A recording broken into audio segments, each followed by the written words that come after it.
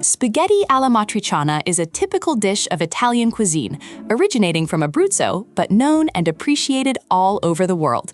Here is the recipe. Ingredients: 400 grams of spaghetti, 250 grams of guanciale, 400 grams of peeled tomatoes, Pecorino Romano cheese, grated, to taste, 1 red chili pepper, optional, extra virgin olive oil, as needed, salt, as needed. Preparation: cut the guanciale into strips or cubes and fry them in a pan with a little extra virgin olive oil until they become crispy. Add the finely chopped red chili pepper if you wish for a spicy kick. Add the peeled tomatoes, previously crushed with a fork, and cook over medium-low heat until the sauce has reduced and thickened.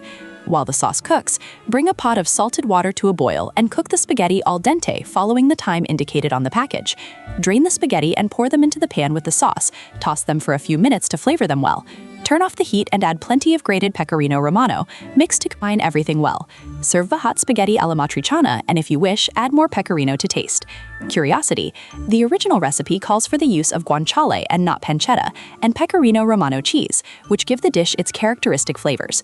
Furthermore, unlike other preparations that include onion, in the canonical recipe of amatriciana, onion is not present.